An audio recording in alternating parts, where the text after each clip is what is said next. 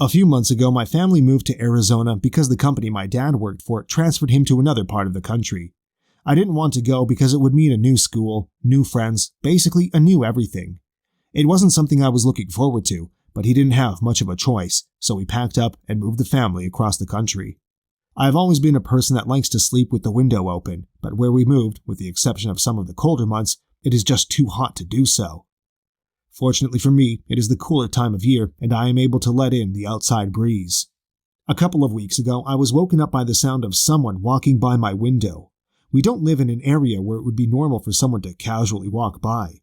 It was pretty late at night, 1:15 a.m. by the clock on my phone, so it was even more unusual for someone to be taking a stroll around the house. I decided I would be brave and look out my window to see if maybe it was my parents or even my little brother who was out there. I opened up the flashlight app on my phone and shone the light into the darkness. As soon as the light lit up the areas outside, the sound of footsteps stopped. I swung the phone back and forth, but no matter what direction I shone it, I couldn't see anyone out there. Really, I should have been more concerned than I was, but as late as it was, I just figured I might have mistaken what I had heard and went back to sleep. It was a couple of weeks later before something else happened. This time, though, it was much worse than just footsteps. I had one of my friends staying over at my house for the night.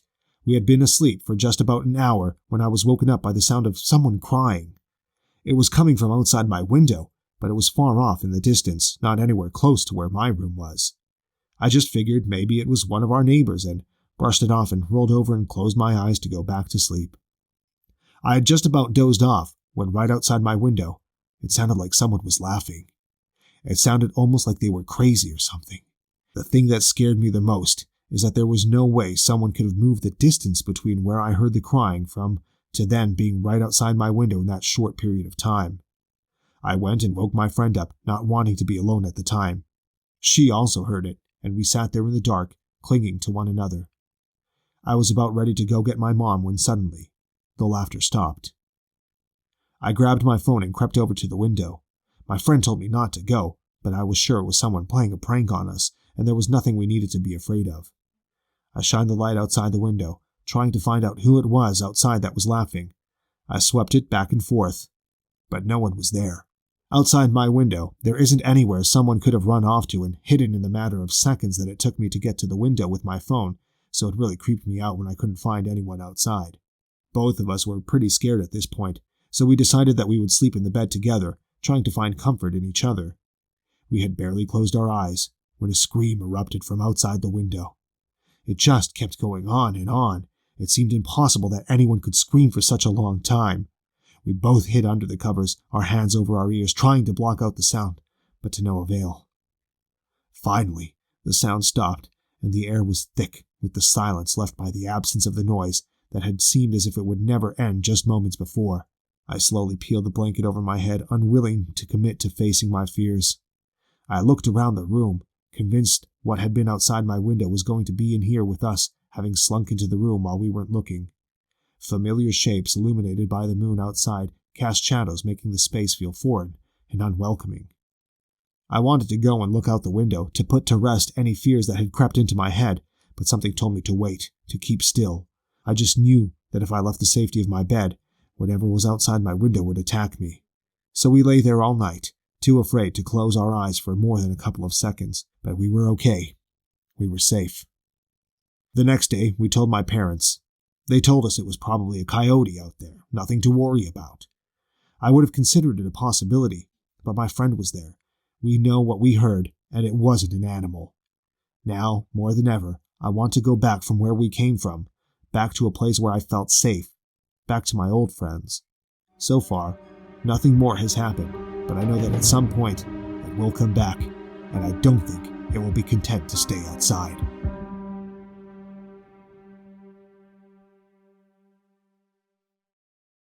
During the time I was going to college, I had to keep a job in order to pay for extras that my scholarship wouldn't cover, such as books and entertainment.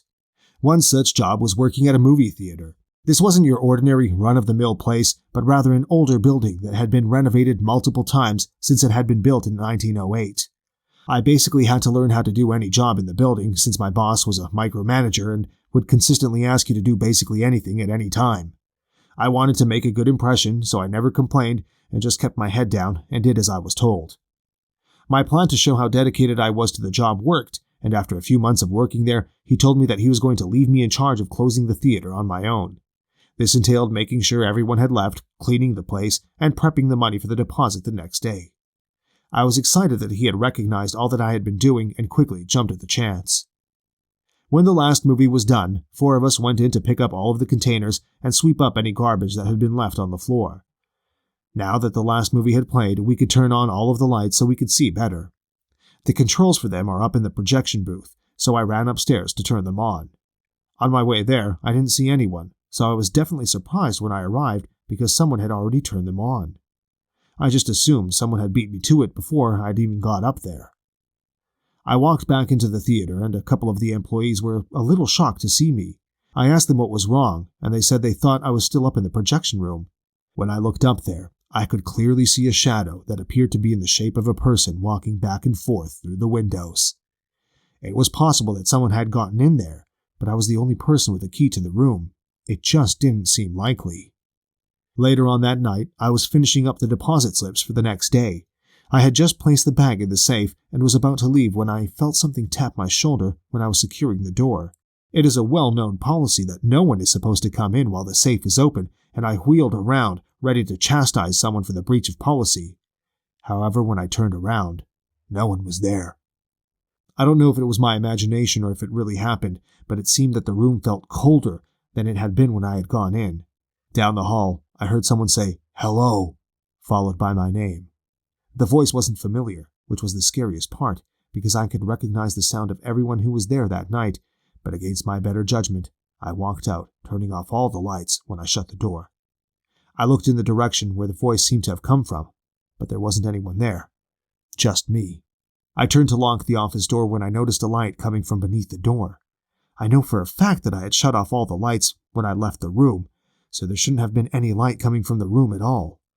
I wanted to check to make sure, and when I swung open the door, I was stopped dead in my tracks. Every light in the room, including the desk lamp, was on. I hadn't even used the lamp on the desk, so there's no way I could have left it turned on. I walked back in slowly, not sure if someone was playing a trick on me, or there was someone hiding in there. My eyes darted to every corner of the room, but as far as I could tell, I was alone. I walked over to the desk and twisted the knob to turn off the lamp when I caught movement in the doorway. I hadn't heard anyone coming down the hall, but in my surprised state, I felt it was possible that I had just been too distracted to notice. I looked up, and the blood in my veins turned to ice. There in the doorway stood a woman in a flowing blue dress that seemed to have been pulled out of the past. Although you could see right through her body, her edges almost seemed to shimmer in the dim light like they were constantly shifting. I got the feeling she was almost as surprised as I was from the startled look on her face. Neither one of us made a sound. We just sat there for almost a minute, staring at one another. All at once, her face went blank, and the image of the woman seemed to collapse in on itself, and she disappeared. The experience had me shaken, and I basically fell into the seat behind the desk to catch my breath. It was either that or run screaming from the room, which when you add to it me telling them what I had seen would have made me come off as a crazy person. I am a person who has always believed in spirits, but my experiences had been limited to what I had seen on television. I was sure that I had just come face to face with a ghost. There wasn't any way to explain what had just happened. I left the office in a kind of daze, lost in my thoughts, trying to figure out if I should tell someone what I had seen. I flipped off the lights and walked down the hall to check the progress they had made in cleaning the theater. When I walked in, 2 people were standing around talking to each other. One of them was a friend of mine who I didn't think would dismiss what I had seen. I walked up to her and was about to tell her I needed to talk to her when she said she wanted to show me something. She led me over to the emergency exit, where I could see a pair of muddy footprints. It had been raining outside, so it was possible someone could have snuck in and tracked them in, but the thing that was weird is there were 4 or 5 of them, then they just disappeared. It wasn't like they kind of faded. They were clear, and then gone. Someone could have had second thoughts, but they would have left tracks out, and there were none. She then walked up the stairs to the back of the theater, and there on the ground were the same type of footprints, just as clear as the ones leading from the exit. Unless someone took off their shoes and put them back on up here, There wasn't any way to explain the tracks being spread apart like that, but the odds of that happening seemed minute. I broke down and told her about what I had seen in the doorway of the office at that point. Between the shadow in the projection room, the woman, and the footprints, my night had contained more than its share of strange and unexplainable things. When I finally had told her my story, I almost regretted doing so, knowing how it must have sounded. Instead, she told me that there have been a number of employees and customers who have told stories about seeing the exact same thing that I had. This should have made me feel better, knowing I hadn't imagined the entire thing, but it just left a knot in the pit of my stomach. I didn't last much longer at that job. I never saw anything again that could be considered supernatural, but I always felt like I was on edge. Hidden eyes felt everywhere I went, leaving me uneasy all the time. The image of the woman in the door had left me shaken, and I wasn't looking forward to another visit. My manager, when I brought it up, just brushed it off and told me not to talk about it anymore even if asked about it, which leads me to believe he has seen things too, but doesn't want to scare people off. If that is the stance he wants to take, then he can deal with the ghosts.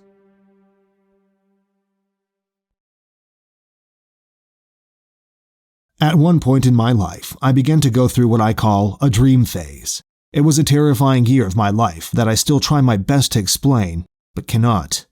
I've looked up on the internet several things, and many others have had similar experiences, but nothing quite the same as mine. The dream phase would always start the same. I would be startled awake from sleep with the ominous feeling that something was in my room watching me.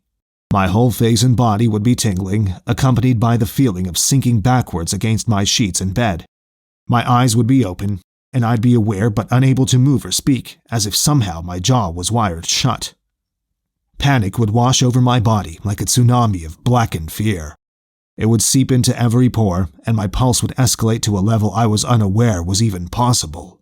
Shivers would ride up my spine like tiny stabs of dread, and this dread seemed to keep me in a paralyzed state, yet I knew something lurked in the room with me.